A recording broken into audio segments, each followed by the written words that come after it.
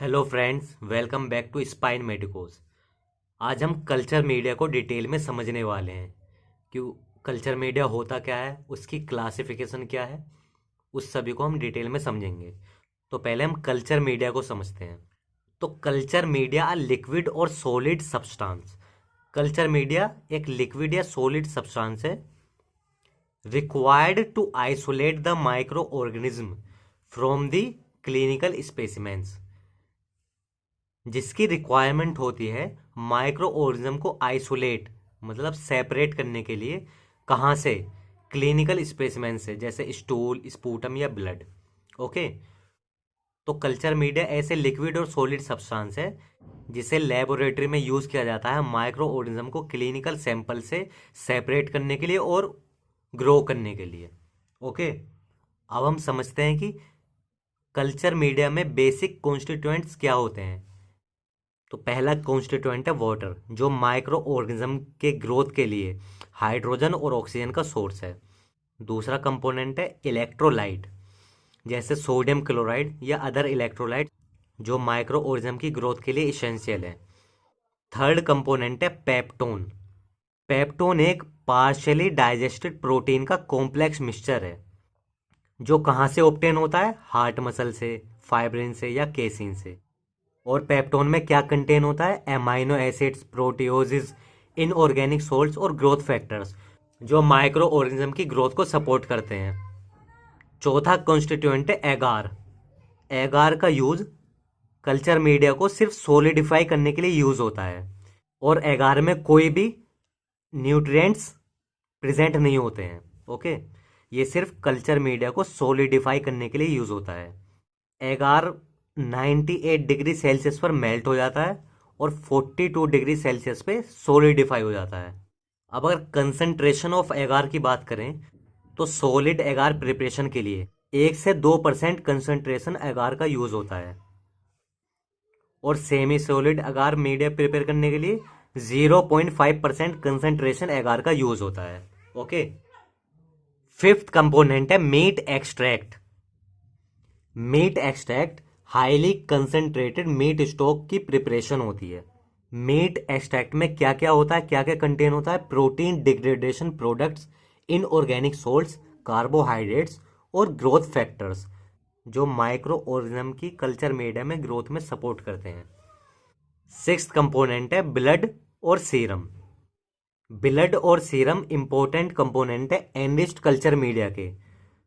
ये culture media में extra nutrition provide करवाते हैं फास्टिडियस बैक्टीरिया को ग्रो करने के लिए।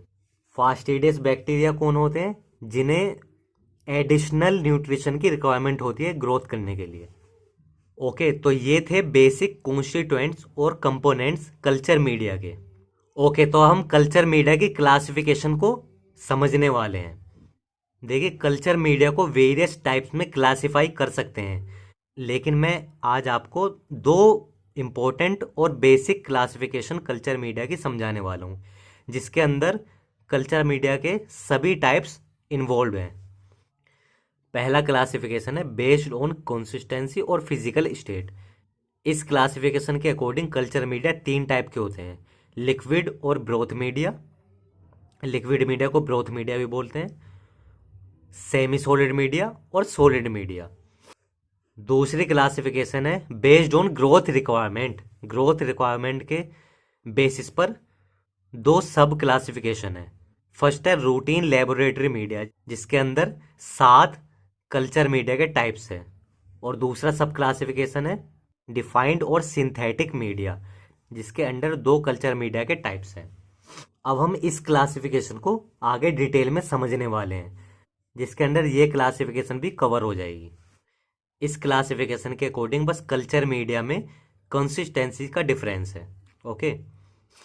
ओके। तो culture media classification based on growth requirement का पहला सब क्लासिफिकेशन है रूटीन लेबोरेटरी मीडिया, जिसके अंदर पहला टाइप है सिंपल और बेसल मीडिया। तो simple media minimum ingredients contain करते हैं जो नॉन फास्टिडियस बैक्टीरिया के ग्रोथ को सपोर्ट करते हैं। नॉन फास्टिडियस बैक्टीरिया कौन होते हैं? जिन्हें एडिशनल न्यूट्रिशन की रिक्वायरमेंट नहीं होती है। अब सिंपल मीडिया के एग्जाम्पल्स को देखिए। पेप्टोन वाटर, जिसके अंदर क्या क्या होता है, पेप्टोन, NaCl और वाटर। दूसरा एग्जाम्पल है न्यूट्रिएंट ब्रोथ, अगर हम इसी पेप्टोन वाटर में मीट एक्सट्रैक्ट और ऐड कर दें तो ये न्यूट्रिएंट ब्रोथ बन जाता है। और तीसरा एग्जाम्पल है न्यूट्रिएंट अगार, और जब हम इस न्यूट्रिएंट ब्रोथ में, जो कि एक लिक्विड मीडिया है, उसमें 2% एगार ऐड कर देते हैं तो ये न्यूट्रिएंट एगार बन जाता है, जो एक सॉलिड मीडिया है। ओके। सेकेंड टाइप है एनरिच्ड मीडिया, जब किसी बेसल मीडिया में, सिंपल मीडिया में एडिशनल न्यूट्रिएंट को ऐड करते हैं, जैसे ब्लड, सीरम या एग, तब उस मीडिया को हम एनरिच्ड मीडिया कहते हैं। ओके।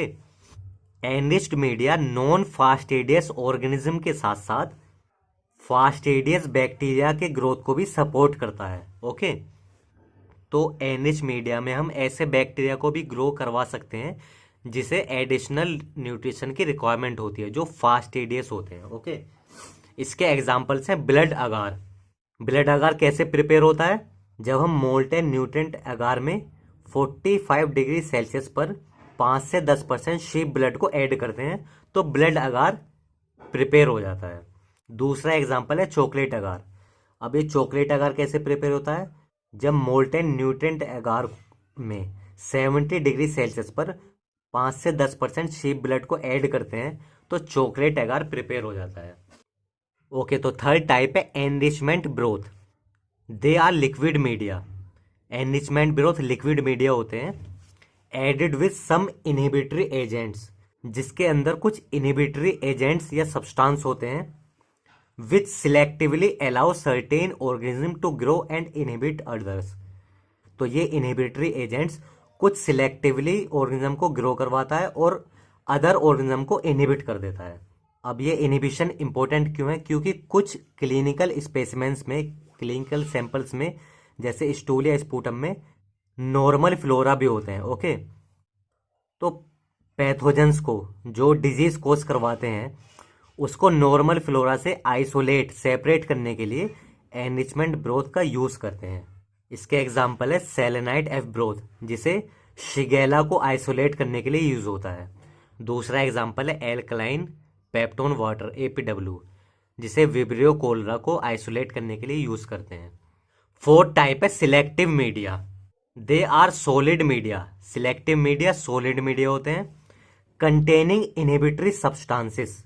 सिलेक्टिव मीडिया में भी इनहिबिटरी सब्सटेंस होते हैं that inhibit the normal flora present in the specimen and allow the pathogens to grow. ये इनहिबिटरी सब्सटेंसेस स्पेसिमेंस में जो नॉर्मल फ्लोरा प्रेजेंट होते हैं उसको इनहिबिट करते हैं और पैथोजेंस को ग्रो करवाते हैं। ओके। ये सिलेक्टिव मीडिया एनरिचमेंट ब्रोथ की तरह ही है, बस एनरिचमेंट ब्रोथ की फिजिकल स्टेट लिक्विड होती है और सिलेक्टिव मीडिया की फिजिकल स्टेट सॉलिड होती है। ओके। तो सिलेक्टिव मीडिया के एग्जांपल्स हैं लोएंस्टीन जेनसन मीडियम, जिसे LJ मीडियम भी कहते हैं। ये LJ मीडियम माइकोबैक्टीरियम ट्यूबरक्लोसिस को आइसोलेट करने के लिए यूज होता है। दूसरा एग्जाम्पल है DCA, डिओक्सीकुलेट सिट्रेट एगार। ये साल्मोनेला और सिगेला को आइसोलेट करने के लिए यूज होता है। ओके। तो फिफ्थ टाइप है differential media, these media differentiate between two groups of bacteria by using an indicator. ये डिफरेंशियल मीडिया दो डिफरेंट ग्रुप के बैक्टीरिया को डिफरेंशिएट करते हैं एक इंडिकेटर का यूज करके, विच changes the colour of the colonies of a particular group of bacteria but not the other group. इस इंडिकेटर की वजह से एक ग्रुप ऑफ बैक्टीरिया की कॉलोनी का कलर चेंज हो जाता है लेकिन दूसरे बैक्टीरियल ग्रुप का नहीं होता है, जिसके थ्रू हम दो डिफरेंट ग्रुप ऑफ बैक्टीरिया को डिफरेंशिएट कर लेते हैं। डिफरेंशियल मीडिया का एग्जांपल है मैकोंकी अगार। मैकोंकी अगार यूज होते हैं ऑर्गेनिज्म को डिफरेंशिएट करने के लिए लैक्टोज फर्मेंटर और नॉन लैक्टोज फर्मेंटर में। लैक्टोज फर्मेंटर पिंक कलर की कॉलोनीज प्रोड्यूस करते हैं, एग्जाम्पल के लिए इकोलाई, और non lactose fermenter colourless colonies produce करते हैं, एग्जाम्पल शिगेला, जिससे दो डिफरेंट बैक्टीरियल ग्रुप में डिफरेंशिएट करने में आसानी होती है। ओके। तो सिक्स टाइप है transport media, they are used for the transport for the clinical specimens. ये ट्रांसपोर्ट मीडिया क्लिनिकल सैंपल्स या स्पेसिमेंस को ट्रांसपोर्ट करने के लिए यूज होते हैं। suspected to contain delicate organism, or when the delay is expected in transporting the specimen from site of collection to laboratory। और transport media का कब यूज करते हैं कि जब सैंपल में सस्पेक्टेड हो कि कोई डेलिकेट ऑर्गेनिज्म प्रेजेंट है, या हमने जो स्पेसिमेन सैंपल कलेक्ट किया है उस सैंपल को लेबोरेटरी तक पहुंचने में डिले हो, तब हम ट्रांसपोर्ट मीडिया का यूज करते हैं।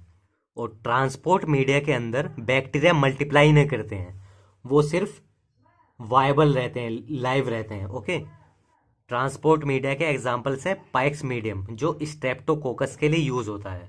दूसरा एग्जांपल है कैरी ब्लेयर मीडियम जो विब्रियो कोलेरा, शिगेला और साल्मोनेला को ट्रांसपोर्ट करने के लिए यूज होता है।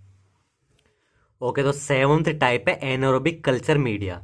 अब इस एनारोबिक कल्चर मीडिया का हम उन माइक्रो ऑर्गेनिज्म को ग्रो करने के लिए यूज करते हैं जो ऑक्सीजन की प्रेजेंस में ग्रो नहीं कर सकते हैं, वो स्ट्रिक्टली ऑक्सीजन की एब्सेंस में ही ग्रो करते हैं।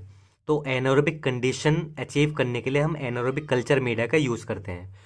तो इस एनारोबिक कल्चर मीडिया में कुछ रिड्यूसिंग सब्सटेंस होते हैं जो ऑक्सीजन को कंज्यूम कर लेते हैं और लोअर रिडॉक्स पोटेंशियल क्रिएट करते हैं। लोअर रिडॉक्स पोटेंशियल क्रिएट करने से एनारोबिक कंडीशन अचीव होती है, जिससे ओब्लिगेट एनारोब की ग्रोथ परमिट हो जाती है। ओके, जैसे क्लोस्ट्रीडियम जो एग्जाम्पल है ओब्लिगेट एनारोब माइक्रो ऑर्गेनिज्म का। ओके, अब एनारोबिक कल्चर मीडिया जो हम यूज करते हैं उसके एग्जाम्पल्स हैं रॉबर्टसन्स कुक्ड मीट ब्रोथ जो कि एक लिक्विड मीडियम है और बहुत ही कॉमनली यूज होता है एनारोबिक कल्चर मीडिया में।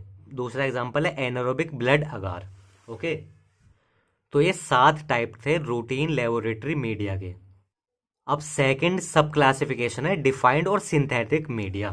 डिफाइंड मीडिया एक्सपेरिमेंटल पर्पस के लिए यूज होते हैं। ओके, अगर हम डिफाइंड मीडिया के प्रिपरेशन की बात करें कि ये कैसे प्रिपेयर होते हैं, तो ये कंप्लीटली प्योर केमिकल सब्सटेंसेस से प्रिपेयर होते हैं, जिसमें हमें हर केमिकल की एग्जैक्ट क्वांटिटी नोन होती है जो हम डिफाइंड मीडिया में यूज करते हैं। ओके, डिफाइंड और सिंथेटिक मीडिया का पहला टाइप है सिंपल सिंथेटिक मीडिया। अब देखते हैं सिंपल सिंथेटिक मीडिया में क्या क्या होता है।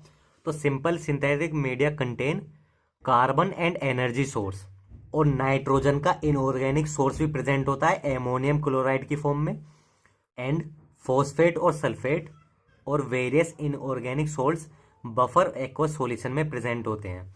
तो ये सब चीज सिंपल सिंथेटिक मीडिया में प्रेजेंट होते हैं। Simple synthetic media basic essential nutrients provide करवाता है नॉन फास्टिडियस माइक्रो ऑर्गेनिज्म की ग्रोथ के लिए, लेकिन फास्टिडियस बैक्टीरिया की ग्रोथ को सपोर्ट नहीं करता है क्योंकि इसमें एडिशनल न्यूट्रिएंट्स प्रेजेंट नहीं होते हैं। ओके, तो सेकंड टाइप है डिफाइंड और सिंथेटिक मीडिया का complex synthetic media. Complex synthetic media contain certain amino acids, purines, pyrimidines and other growth factors in addition with the simple synthetic media। अब complex synthetic media में simple synthetic media के साथ साथ amino acids, purines, pyrimidines और कुछ growth factors भी present होते हैं। ये complex synthetic media non fastidious organism के साथ साथ फास्टिडियस बैक्टीरिया के ग्रोथ को भी सपोर्ट करता है। ओके, तो यहाँ पर ये कल्चर मीडिया और इसके क्लासिफिकेशन और डिफरेंट टाइप्स हमने यहाँ पर समझ लिए हैं। अगर आपको टॉपिक समझ में आया तो वीडियो को लाइक कीजिए, शेयर कीजिए और चैनल को सब्सक्राइब कीजिए।